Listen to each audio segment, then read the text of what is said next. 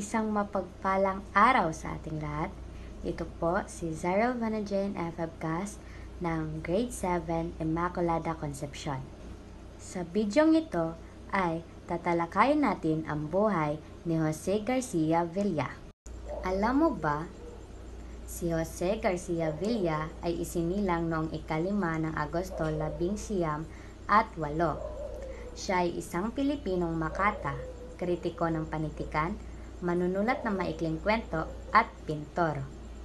Ginawaran siya ng titulong Pambansang Alagad ng Sining ng Pilipinas para sa panitikan noong 1973.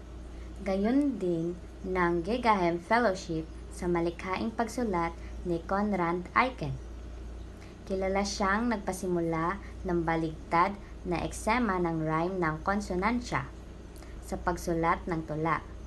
Gayon din ang malawakang paggamit ng mga batas, lalo na ang mga kuwit, na nagpakilala sa kanya bilang makata ng koma.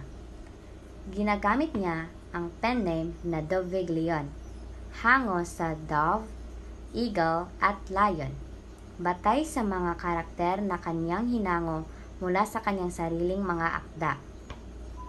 Ang mga hayop na ito ay ginalugad din ng isa pang makata, si E. Cummings, sa Doviglion Adventure in Value, isang tula na nakatuon kay Villa.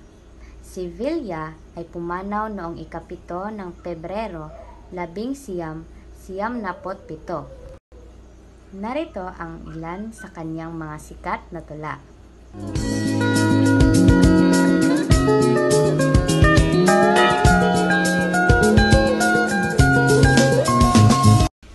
Bakit nga ba mahalaga na malaman natin ang buhay ng may akda? Mahalaga ang pag-alam ng talambuhay ng may akda ng tula dahil nagbibigay ito ng mas malalim na pag-unawa at konteksto na ipinapahayag ng akda. Ito ay parang susi na nagpapabukas sa mas malalim na antas ng pag-unawa at pagninilay sa isang akda.